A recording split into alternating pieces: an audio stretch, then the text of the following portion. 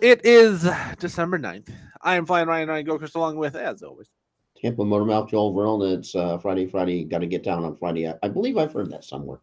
Yeah, the gotta get down part did not listen to one of my discs when I went disc golfing before this. It is still in the tree. Is it But in disc tree or is it in dat tree? it's in that tree way up there. Yeah. Well, it was a test shot, so that Maybe play does not or work on that or hole. maybe the disc was doing its version of. Do you remember the old song? Georgia of the jungle, watch out Yeah, for I that tree. do. It did Watch not come out for down. that tree. Ooh, yeah. It's all right. They're easy enough to replace.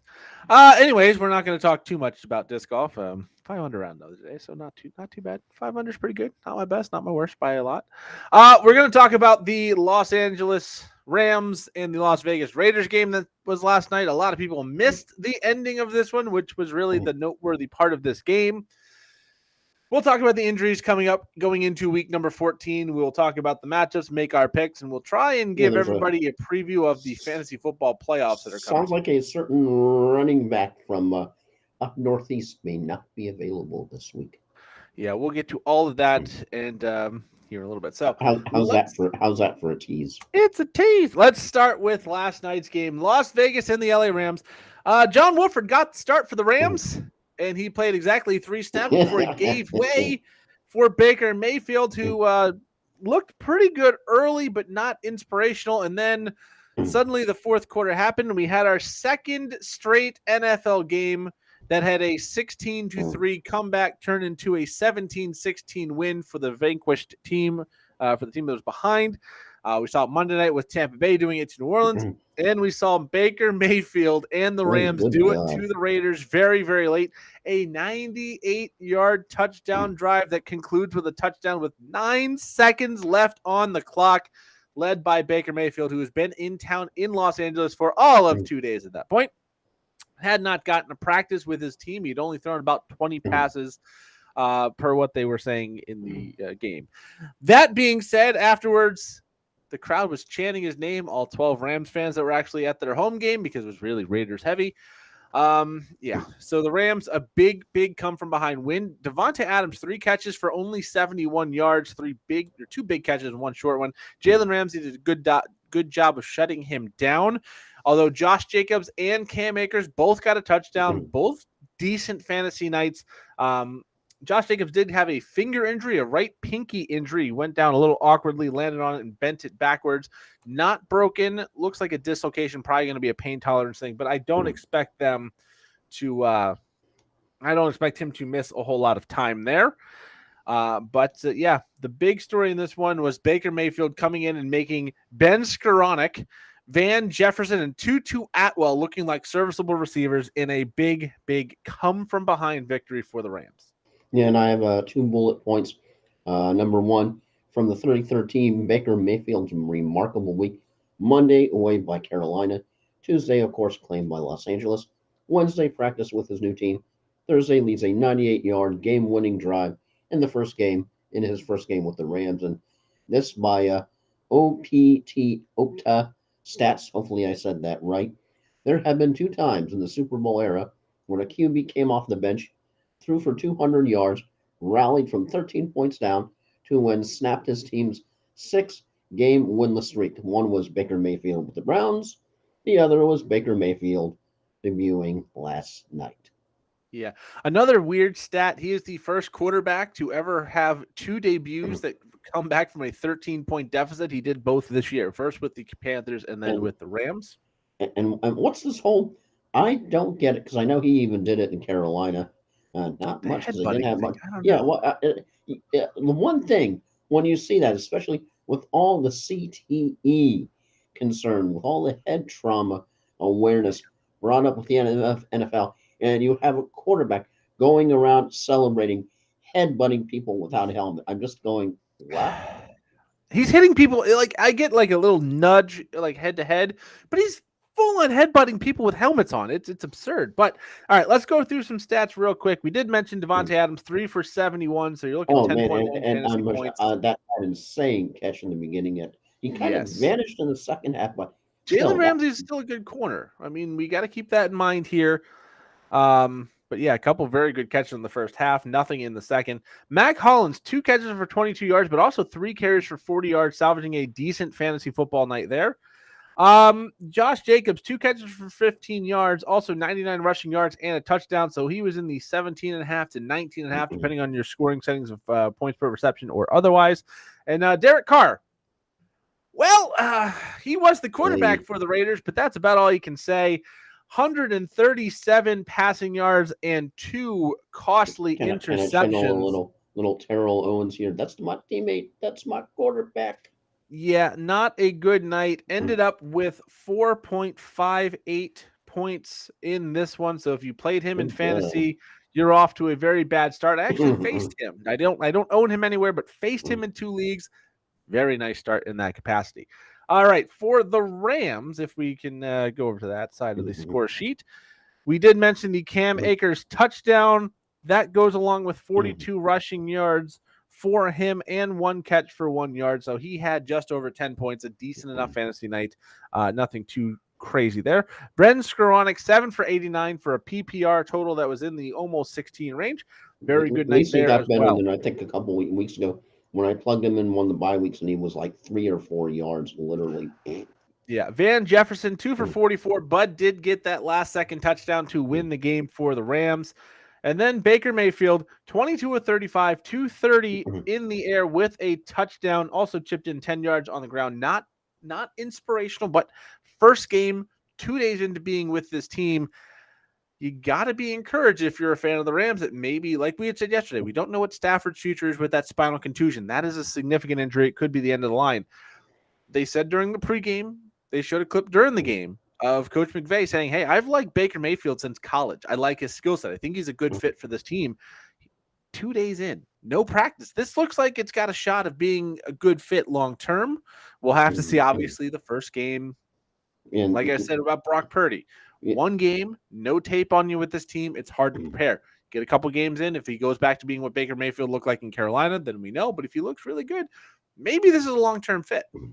Yeah, because it's a total different attitude of Baker Mayfield wanting to play, wanting to try it somewhere else.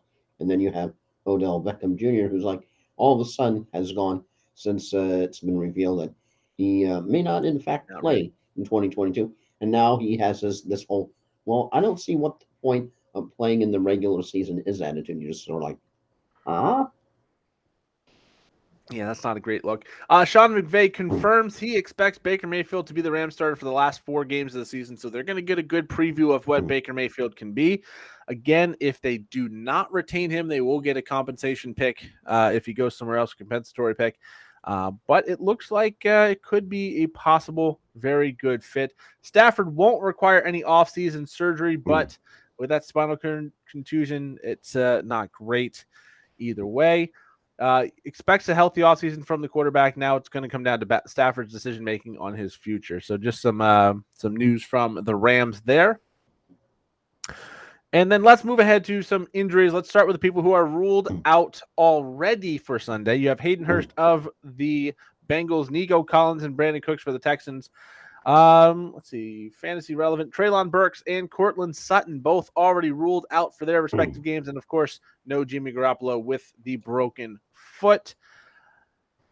Not a lot of good news on the injury front for a lot of those guys. DK Metcalf with a hip, good to play on Sunday. Same for Geno Smith. Travis Homer, Tony Jones, Ken Walker, DJ Dallas, all nursing some injuries. Homer and Tony Jones Jr. did practice and will be available. Ken Walker and DJ Dallas are game time decisions. So if you are expecting Walker, you might want to plan and look at a different direction. Chargers, Mike Williams, not on the injury report, expected to play Sunday night versus Miami.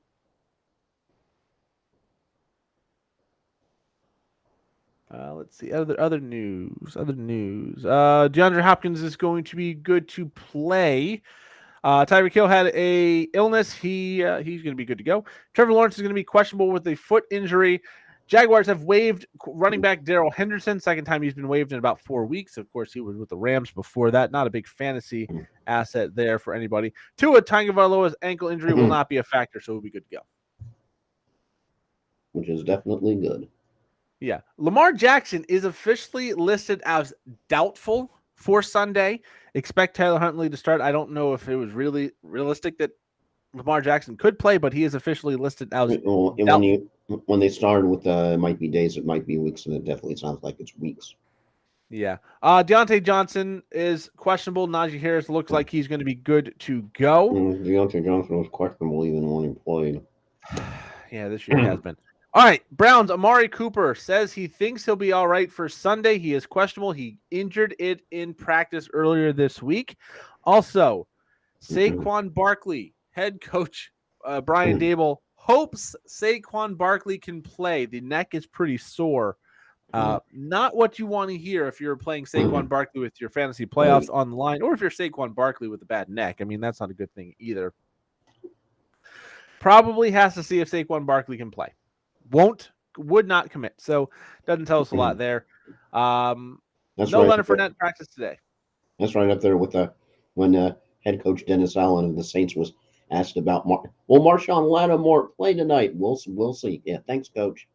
Yeah, he ended up not playing. So that is the quick rundown of the injuries that we know about. So big come from behind on Monday night.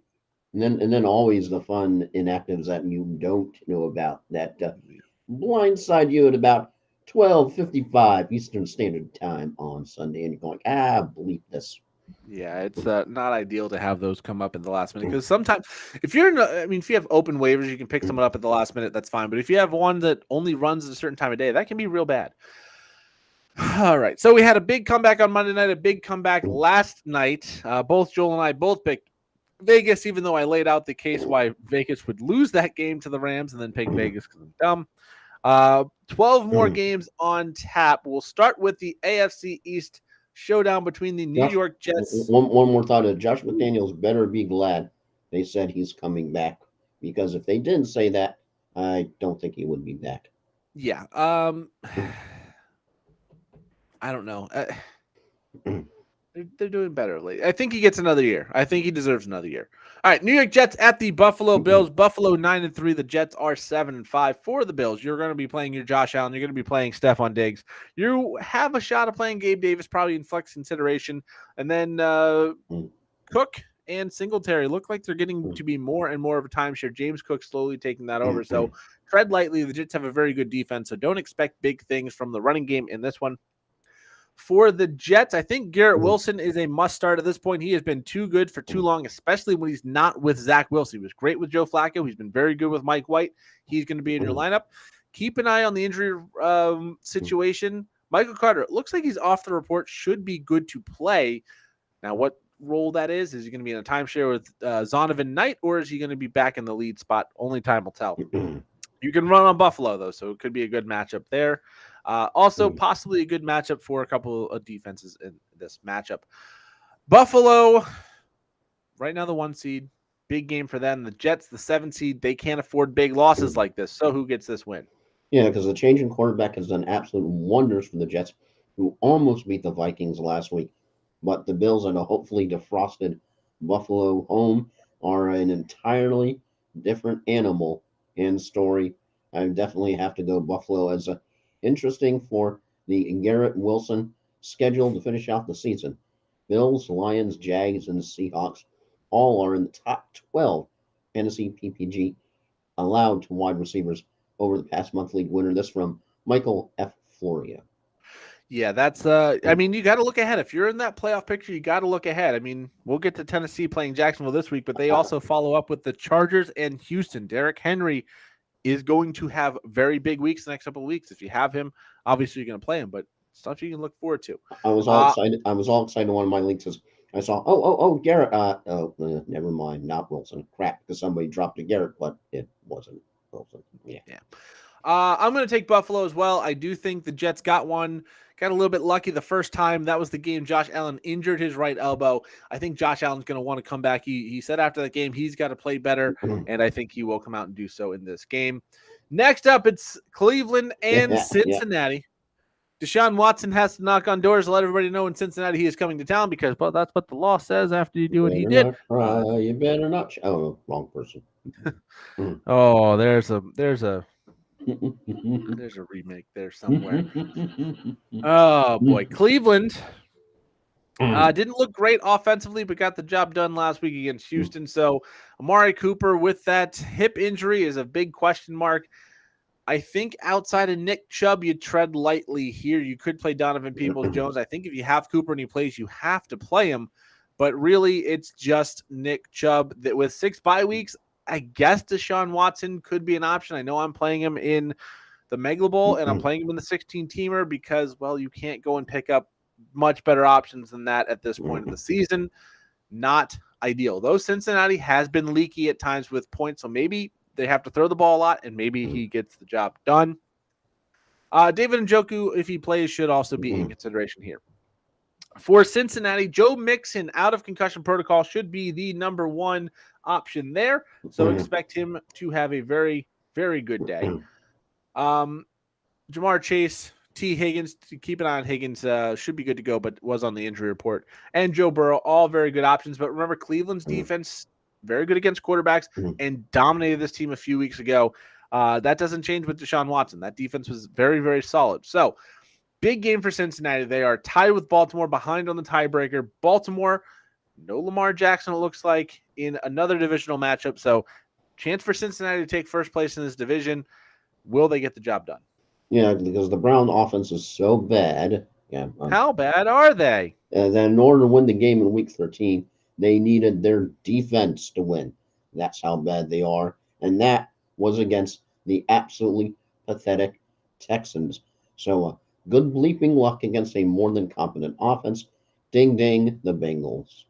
Yeah, you got to take the Bengals here because they are just, frankly, a better team. You got to think they're going to want to come back and do much better than they did on Halloween when they lost to the Browns on Monday Night Football. Joe Burrow is going to get the job done. I don't think this Browns defense is going to stop Joe Mixon and Jamar Chase and T. Higgins enough. I do think this is going to be a slightly higher scoring game. I don't think this is going to be the offensive explosion where, if you're looking for Deshaun Watson in fantasy, you're going to be like, oh, yeah. That was the play. But I do think it's going to be a step in the right direction. Second game back for him. I just think Cincinnati is going to get the job done. Too much to play for, and they are on a very, very good roll right now. We go from one Joel's disaster laughing because he knows what the next game is. To a next disaster. It's the Battle of Texas. It's Houston going to Dallas to get annihilated. To play the Dallas Cowboys. Everything's bigger in Texas, including the point differential difference between both teams. Yeah, I'm pretty sure the over-under is about 44 points, and the Dallas Cowboys are favored by about 41. Yeah, it's absurd. Dallas is a huge favorite in this game for Houston. The only person you can consider, the same person you've been able to consider all season, is just Dameon Pierce, but tread lightly. This Dallas defense is absolutely nasty. They will shut everybody down. General Davis Mills will be back. The serial man will be back at quarterback for the Texans, but I don't expect that to make things better. For Dallas, this is very interesting because quarterbacks are very, very bad against Houston, not because they struggle, because Houston's defense is terrible, but they just don't need to throw. So Dak Prescott looks like a great matchup, probably going to be underwhelming. Only 2 quarterbacks have hit 20 points on the season against Houston because the running game gets it done. So tread lightly with Dak, tread lightly with CeeDee Lamb and Gallup and Dalton Schultz. However, fire up Tony Pollard and fire up Zeke Elliott. Both should have absolutely monstrous games in this matchup. Both will have to be in your lineup. And if you somehow have both, play them both. They're both going to have very, very good games in this one. I don't think I have to ask what Joel's going to do. I'm going to, but I'm going to take Dallas because Houston is just horrific. Yeah, I was looking at end of analysis. I was looking at the pigskin pick'em, and it said Houston 1% picked, and I'm going, who the bleep actually bought it? Yeah, I know. Maybe just players. I don't even know. I just think Dallas smacks the ever living crap out of Houston, and this is also interesting for John Machota. Hopefully, I said the name right. Who covers the Cowboys for the Athletic? It was interesting that Jerry Jones said Zeke Elliott didn't start tonight because of a disciplinary reason. So that's kind of interesting. Probably late to a meeting or something small. Yeah, something stupid like that. But yeah, picking Dallas in a As Jed Bartlett would say on the West Wing, what's next? All right, next up, Minnesota at Detroit. Minnesota can clinch the NFC North with a win over Detroit. Detroit's over under at home. They're averaging 61 points per game in games they've played at Ford Field. So this looks like a shootout coming. For the Vikings, Kirk Cousins is a fantastic streaming option. If you've got him, it could be one of the best matchups he's going to face all year. Justin Jefferson is going to be very good. Even Adam Thielen might have some potential. And TJ Hawkinson at this point might be the number 3 or 4 tight end in the league behind Andrews and Kelsey. You might make the case for Schultz. You might make the case for Kittle or somebody else, but he's right up there with the best of them. Clearly behind the first two. But Dalvin Cook also going to be very good. And you might even see some good Alexander Madison. Don't play Madison, but don't be surprised if he gets a touchdown or some points in this game. For the Lions, Minnesota's defense been a little wonky. Sometimes they're great, sometimes they're terrible. So tread lightly around Jared Goff, but a good streaming option if you need him. Again, 6 teams on bye this week. There are going to be people that need to play Jared Goff. DeAndre Swift had his best games pretty much all year, so I think you can fire him and Jamal Williams up this week. Jamal Williams is leading the league in touchdowns. I don't expect him to be out of the game plan. And then Amon-Ra St. Brown for the Lions has been just a complete beast the last few weeks. So he, as always, needs to be in your lineup. And then, maybe DJ Chark, Khalif Raymond if you're really looking for a deeper dart throw, but I think you can wrap it up with Amon-Ra St. Brown. Again, Minnesota can win the division in Week 14 with a win, be the first team to clinch a playoff spot if they can beat Detroit, who is right now second place in that division, still has outside shots at the playoffs themselves. So does Minnesota clinch the division, or does Detroit sneak a little bit closer to that last wild card spot? Yeah, because this one I think is pretty cut and dry. I know Detroit's favorite, and everyone is talking about that. Which is bizarre. Which it doesn't make any sense. But and then you have all the talk out there about Minnesota's one of the biggest frauds all season. But all that being said, I tend to think that Detroit is rather plucky and they can score. They just can't seem to finish and get the job done. So, based on that, plus you have Kirk Cousins getting the primetime monkey off of his back recently, a little bit of pressure. I'm actually leaning towards the Vikings. And fun fact, the NFL fined Vikings running back Alexander Madison $6,503 for his viral celebration last week. In other words, that is about 2 or 3,000, I think, per twerk. So I don't know if you saw that. Rather interesting. You're sort of like, okay, what the heck is he doing? But interesting sidelines, end zone celebrations aside, I definitely have to pick Minnesota. I think they have more to play for. And they're the better team, frankly. And it's also 1 p.m. too. Yeah, Minnesota is 9-0 in one possession games. Detroit plays a lot of close games and doesn't get the job done. This lines up to be a very high-scoring, very tight game that Minnesota comes out on top. Expect big things from Dalvin Cook and Justin Jefferson to just kind of control this one throughout. And then I think the Vikings win somewhere around the 37-34 type of scoreline, but should be a very entertaining and a good fantasy game. But I'm going to take Minnesota to win and clinch the NFC North. Then we go to Philadelphia at the New York Giants. The Giants are clinging to a playoff spot at 7-4-1. The Eagles at 11-1 have to keep the pedal to the metal because Dallas is only 2 games behind them. They have a game on the horizon head-to-head. They can't stumble. If they get within 1 game, they open up some scenarios, especially losing division. For the Eagles, you're going to play Jalen Hurts. He's too good to bench at any time, as well as A.J. Brown. You're going to play both of those throughout any matchup.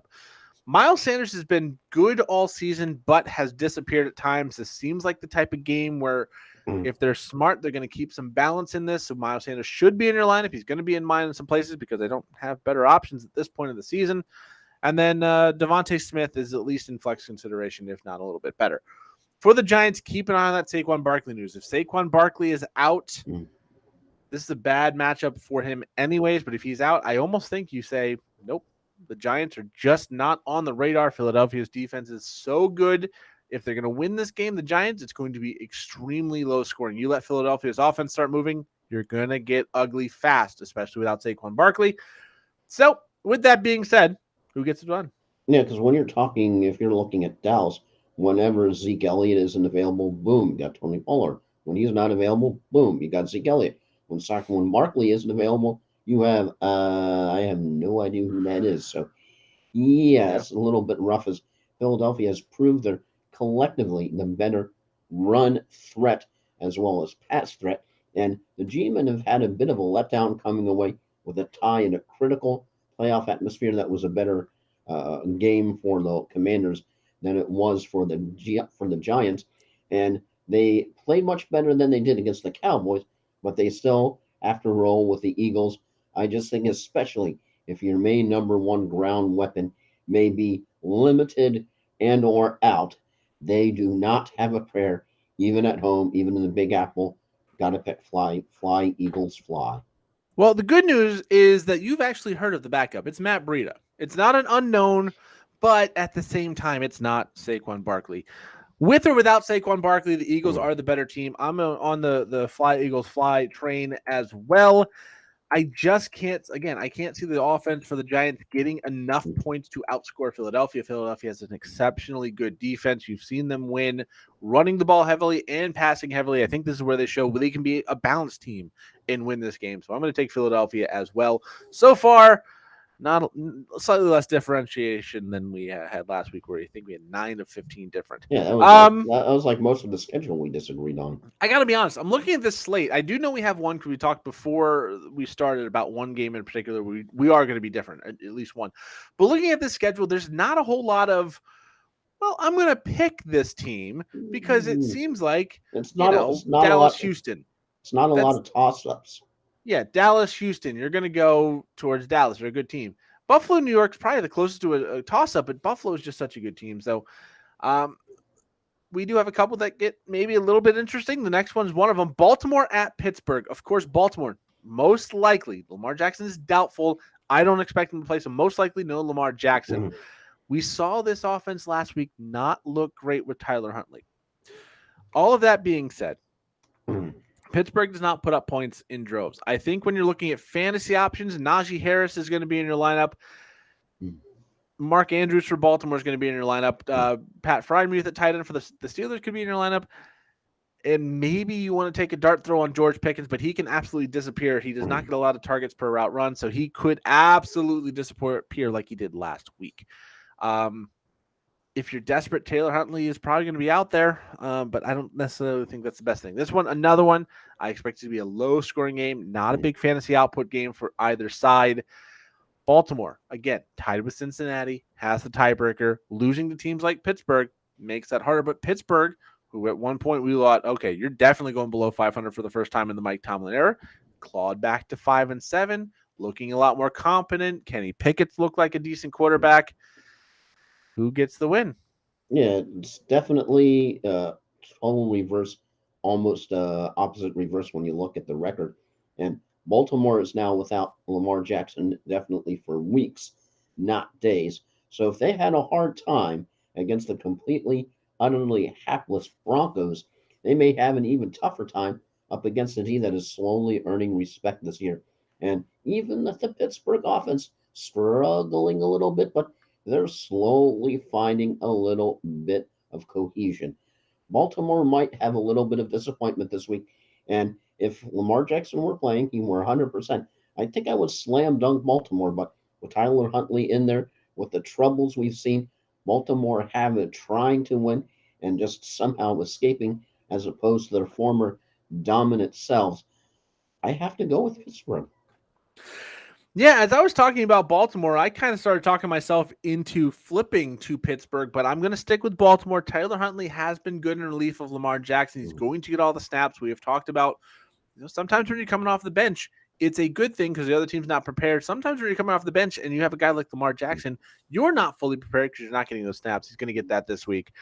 Pittsburgh's offense has not scared me. Baltimore's defense is legitimately good. This is probably going to be a 13-10 style game. Again, fantasy-wise, you're hoping for a Najee touchdown. You're hoping for a Mark Andrews touchdown. You're hoping your big-name guys are the ones to get it done. If you have a kicker, this could be a big game for Tucker. Justin Tucker could have 4 field goals and win 12-10. I'm going to take Baltimore in a very, very low-scoring, close game, but I trust the veteran leadership on that roster. There is still some good players out there, and I think they'll get the job done. Anyways, we'll go to the next game. Tennessee is hosting Jacksonville. We don't know for sure about Trevor Lawrence. I think he plays, but we'll have to keep that going. Keep an eye on that going in towards kickoff. For the Jaguars, I think you can play Christian Kirk and Zay Jones in this one. Tennessee's pass defense is bad. We saw how Philadelphia just abused them last week. Travis Etienne, you probably have to consider him with so many teams on bye, but not going to be a great start as Tennessee's run defense is very, very good.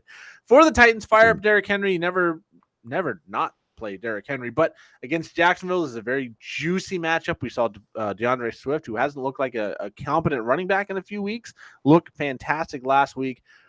Jacksonville's defense is not intimidating.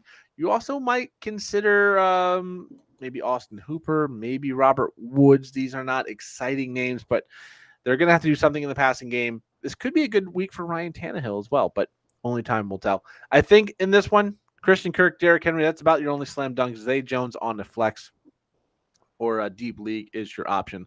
Tennessee, they're on a bit of a skid. They're the number 4 seed, but this is a very soft division.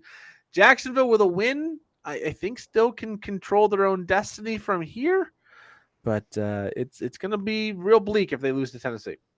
Yeah, because Tennessee is definitely stinging after that loss, particularly King Henry, as last week he had only 13 touches, 38 yards, as the Eagles' defense, yeah, hard English word to say. Eagles' defense made him a complete non-factor today, and King Henry definitely wants to atone for his lackluster performance in Week 13. I pity the Jags. I really do. I'm going Tennessee. Yeah, I'm going to take Tennessee as well. I do think Derrick Henry has one of his best games in the last month or so. Jacksonville just is not up to par. They just really aren't. They're still building. They're going in the right direction. I think good things are on the horizon for Jacksonville. Etienne, Trevor Lawrence, and Christian Kirk seem like a good foundation. You just need a few more secondary pieces around the background to get them going. I think Tennessee gets the job done. I think they look at the playoffs as almost a sure thing, but they got to get these big wins. I think they get it done this week. Speaking of not up to par, that would be this next home team. Oh, man. Good God. Another one where I guess we can call it a battle, but it really isn't. Kansas City goes to Denver. They've beaten Denver 14 times.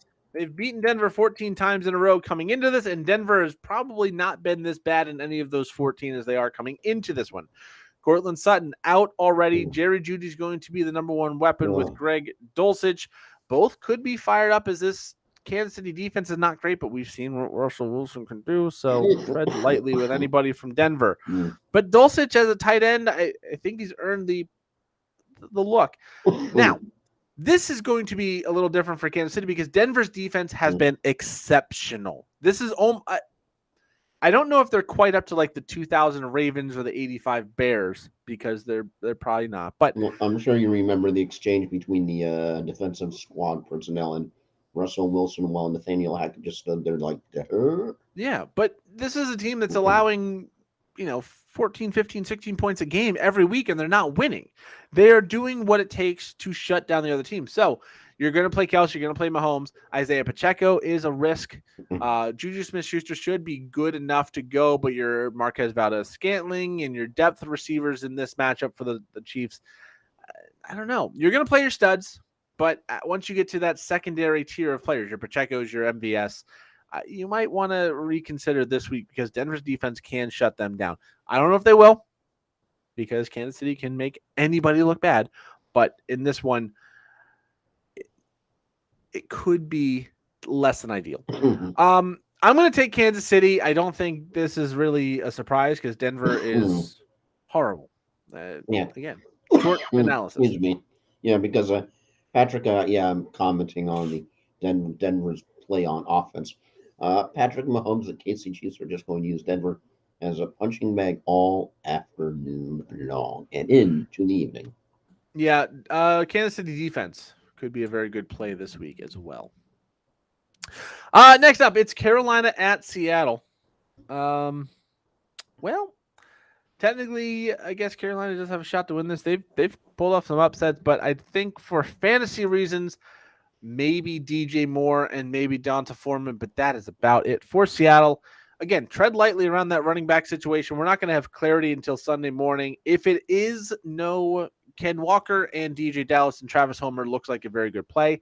But if everybody's active, I think they're going to timeshare it just to keep some people safe. So again, keep an eye out on that up until game time. It's going to be tough to wait on one of those players unless you have the handcuff because, well, it's the 4 o'clock window. You might not have better options. So for Seattle, though, Tyler Lockett, Geno Smith, and DK Metcalf should be played as well as Noah Fant, who was a pretty good tight end last week. Without a running game, they're going to have to pass the ball a lot more, and I think they go through that to try and beat Carolina. Carolina's been bad.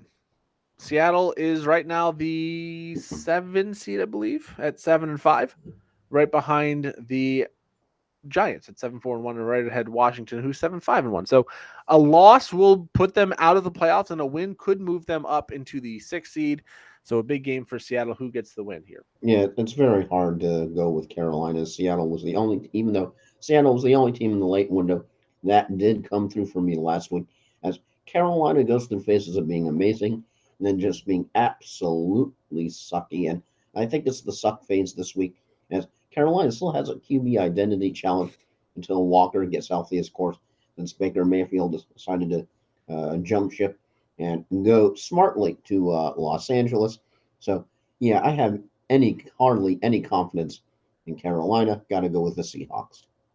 All right. Yeah, I'm going to take the Seahawks as well. I don't have any confidence in Carolina. Seattle has a lot to play for, and they've been very good. So I'm going to take Seattle to keep riding high on that one. Next up, it is your Tampa Bay Buccaneers going to San Francisco to play the 49ers.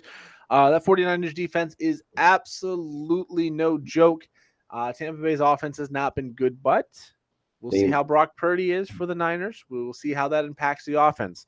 For San Francisco, you're still going to play Christian McCaffrey. You're still most likely playing Deebo Samuel, George Kittle, and Brandon Ayuk, but you really can't play confidently they're going to get X amount of points. You have to just hope that Brock Purdy's connection with that individual player is very good. For the Buccaneers, Chris Godwin, I think, is your best play. You're going to play Mike Evans if you have him. I think that you can consider Mike Evans almost a dart throw at this point. I think he's if you have 2 wide receiver slots and a flex, he's probably not going to fall out of the flex spot, but he may not be one of your best 2 wide receivers at this point of the season right now. Rachaad White, it's a tough matchup, but if no Leonard Fournette and they try and get this ground game running, he would be going. I don't think you deal with the quarterbacks in this one. You could go after a Cade Otton if you're desperate for a tight end with Tampa Bay. He's been pretty good, but this should be a low-scoring game. San Francisco likes to control the game on the ground and through defense, so don't expect big performances. You're hoping for a Godwin or an Evans touchdown if you're playing that side of things. However, San Francisco's offense with Brock Purdy was not out of this world last week. They're going to have some tape, so there is a chance that Tampa Bay gets that tape, gets a good game plan, and really shut this team down. But both teams, playoff aspirations, both teams need to win. Who gets it done? I'm going San Francisco just because if Miami doesn't have a prayer of getting by San Francisco with an offense that definitely knows how to work, has chemistry. I made up a new word there. Chemistry. Chemistry. Okay, try looking that one up in the dictionary. Chemistry. Chemistry. Yeah, but just I don't see a lot of hope for the Bucs with this game solely because of the defense and just because you have a solid foundation for the offense that you can plug somebody like a Brock Purdy in, and may not be as dazzling an offense as it is with Garoppolo, but I think it can still get the job done. And here's a fun fact: I don't think that because Greg Auman ended up tweeting out, he covers the Bucs for Fox Sports, that he says the Bucs certainly want to win Sunday at the 49ers, but NFC South is bad enough that, check this out, Tampa Bay can lose its next 3 games, be 6-9, and still control their playoff destiny. Finish with wins versus the Panthers and Falcons, both of which are highly doable. And on those 2 wins alone, they win the division at 8-9. That's how horrible the NFC South is this year.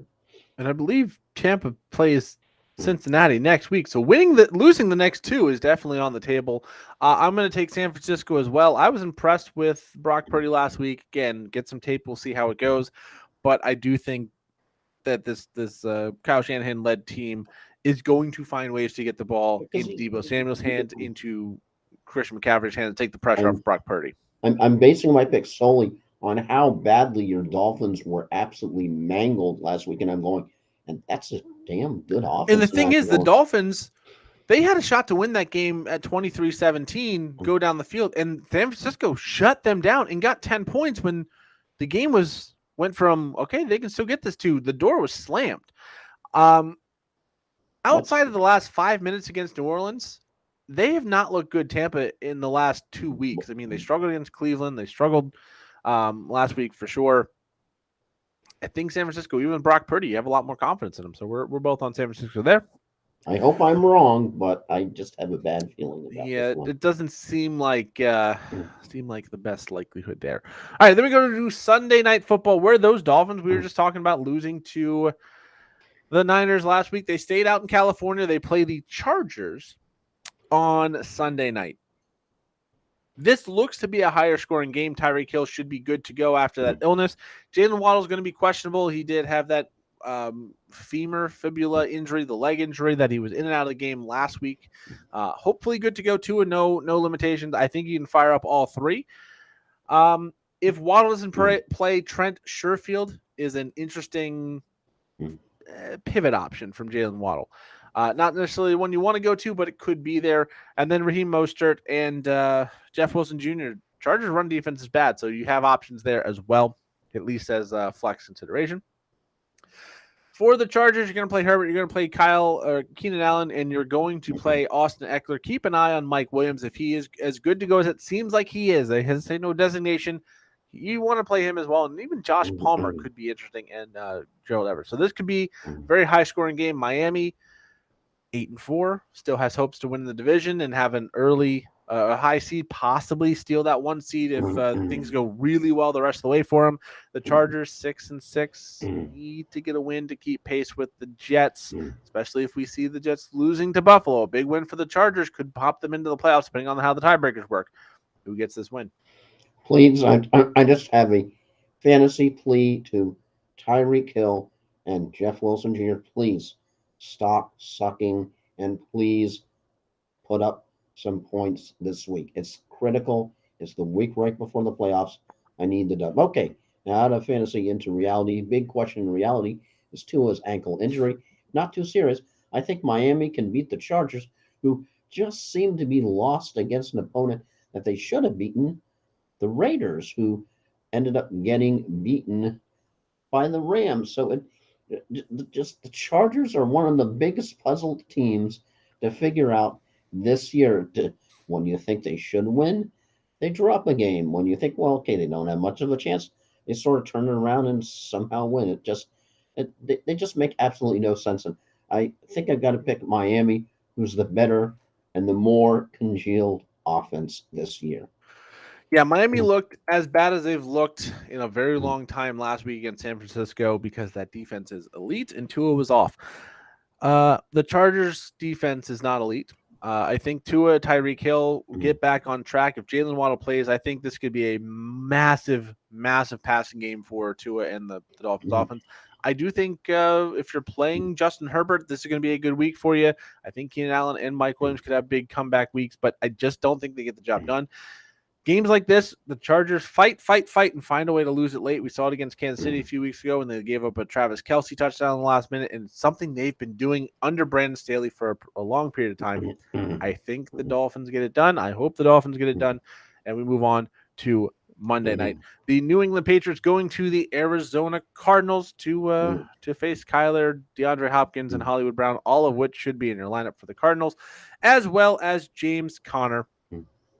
For the Patriots, it's going to be Ramondre Stevenson, possibly end of list. There's not a whole lot here, but Hunter Henry has a shot of being good because Arizona is terrible against the tight end. So if you're desperate, you're leaving out the greatness that is Damian Harris. Yeah, he's a backup in my opinion at this point. But if you're desperate, you're desperate. I was being sarcastic. Yeah, but keep an eye. Hunter Henry with 6 teams on bye could be a sneaky 1 week bye week filler for a tight end position. New England 6-6. They're in that same boat with the Chargers. A win, they could possibly move ahead of the Jets in the tiebreaker. with a loss, they keep falling a little bit further away from the rest of that division. Arizona has no shot at the playoffs, I don't think. So it's just kind of playing for pride.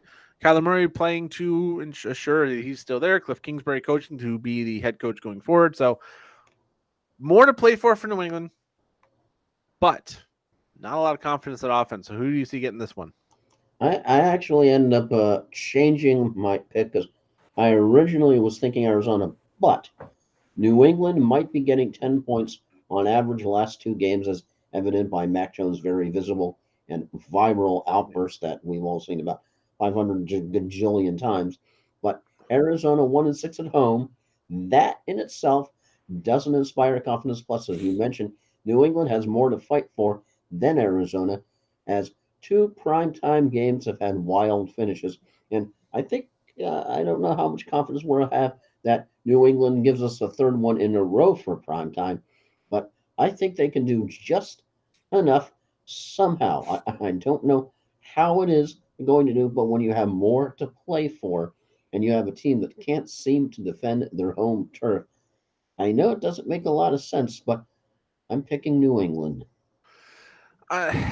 You can make a case for either team. I'm taking Arizona more because this New England offense has looked horrific 2 of the last 3 weeks, and Arizona's defense has been improving through the season. I think they'll be able to shut down this New England offense, and getting Hollywood Brown back, putting him with DeAndre Hopkins, getting James Conner back off the bye week. Keep that in mind. They've had an extra week to prepare for this roster in New England they're going to play. I think they're just going to get the job done. Maybe I'm hoping for, because I know I've got some Kyler Murray shares I need to come through this week. All right, well, that's the picks. And, not a lot of different picks this week. It looks like just New England, Arizona, and Baltimore, Pittsburgh. So we'll see how those go. I am 4 games behind Joel at this point, so I could use both of those if possible. All right, with that being said, let's move on to final thoughts, and we'll start with Joel. I actually have a 1A and 1B. Ooh. 1A is this from James D. Coe. The NFL schedule makers who decided to put 6 teams on a bye the week before fantasy playoffs begin need to be arrested. Yes. And my 1B, especially after last night's game, this one definitely sort of has a little bit more ouch to it. 1B, Derek Carr is scheduled to make $160 million, insert the Dr. Evil there, for the next 3 seasons. Raiders have until February 15th to cut Carr without much penalty. Do they cut him or do they not? No, I don't think they cut him. No other viable options currently. Yeah. My final thought is going to go to quickly the World Cup. Brazil was knocked out today to Croatia in a penalty shootout. That is the 4th straight win in the knockout stage by Croatia via penalty shootout. They did lose in the 2018 final to Italy. We have seen Argentina went through today. We've seen some pretty big upsets, and Morocco is the only real Cinderella story somehow. So, yeah, only a couple more. I think 6 more games or so in the World Cup, Joel. Yes, getting down to the nitty and the gritty. Yeah, so if you care about the World Cup, it's coming to an end if you are like Joel and I, and it's not all that interesting. But it is interesting to see some of the favorites go down early. Germany didn't make it out of the group stage. Brazil losing today. Spain, how about the host country being booted very early? Wait. Well, when you buy a World Cup host, because that's what they did, they bought it. And there is plenty we can go in if we want to go down that rabbit hole, but we're not going to do it. And you're a team or you're a country that doesn't have a big population. It's hard to have a good soccer team. So they really shouldn't have been there, but the host country is always there, and they basically bought the entry. So they deserve to get bounced, and they sure did. But yeah, America is still eliminated. So for what that's worth. Yeah, that happened. Yeah. Yeah, it's a damn shame, but soccer is still I think soccer is like the 7th or 8th most popular sport in this country. It's bad. Yeah, so we're like, oh, that's a thing. I'm sure. I mean, I personally would rather watch disc golf than soccer, Yeah, it's like but I enjoy disc golf. I saw a meme that if you want to watch was it? I know it's 90 minutes is a soccer game, 60 minutes is a football game, but they put the meme if I want to watch 90 minutes of guys running around and not scoring, I'll just watch the Broncos. Yeah, that's pretty much how it is. So yeah, the World Cup is still in full swing in the knockout stages. The World Cup, or as I call it, nap time, still in. I'm sorry, if I watch the USA games, Agreed. I get it. There's a little bit of interest Well, in the USA games, but pretty much every soccer game you watch is sort of, oh, yeah. And then all of a sudden, just as you're falling asleep, it's, yeah, it's hard to get up about for. 90 more minutes with the goal with the O's. It's hard to watch Wales Iran and be like riveted. It's just like, oh, it's on. I needed a nap anyway. So, anywho, as I piss off about a quarter of the world. Sports ASMR. Yeah. As I piss off about a quarter of the world by dogging soccer, which is called soccer, not football. Ask Peyton Manning in the commercial for Doritos and Lay's chips. Okay. That's okay. Everybody over in England doesn't take the NFL seriously anyway. So, well, I mean, it's a better sport, but that's my opinion and is right. But anyway, we're not going to talk about nap time or soccer, whichever one term you prefer. I think I'm going to turn at least one or two people on to soccer being called nap time, but I can only hope. But yeah, that's our time from the Sports Shuffle. Next week, fantasy football playoffs, Super Bowl of Suck is going to be coming soon. We might just pretty much might just give it to Houston. Yeah, okay. Houston, you've only won one game all bleeping year here. Yeah, it's going to take a miracle. That's tough. That's tough for any other team to talk. I mean, even the Broncos or the Bears. Broncos and Bears, or I think the Bears are. Bears have too good of an offense. The Broncos have too good of a defense, and Houston's just bad on all fronts. So only time will tell. But yeah, that's coming up soon. Going back to David Mills, what does that tell you? Yeah, Joel and I again playing for a playoff spot in the Sports Shuffle Fans 10-team league. That we are both 6 and 7. I am the 4th place team, and he is, I believe, the 8th. But a win for him will get him in, and a loss for me doesn't necessarily knock me out because we'll see how those tiebreakers go. But yeah. Big week. I need 4 specific wins to go 13 playoff appearances and 13 leagues, which is the goal when you start off. And then we look ahead towards the playoffs and winning the trophies and the monies and all the good stuff, and or just the pride and able to talk some crap to your friends. Anyways, I'm Flying Ryan Gilchrist along with Tampa Motor Mouth, Joel Verlin. And yeah, we'll be back next week. Again, playoffs are for fantasy right around the corner, the stretch run for the NFL. We'll be talking Super Bowl Suck. We'll be talking all the good stuff. So with that, we go.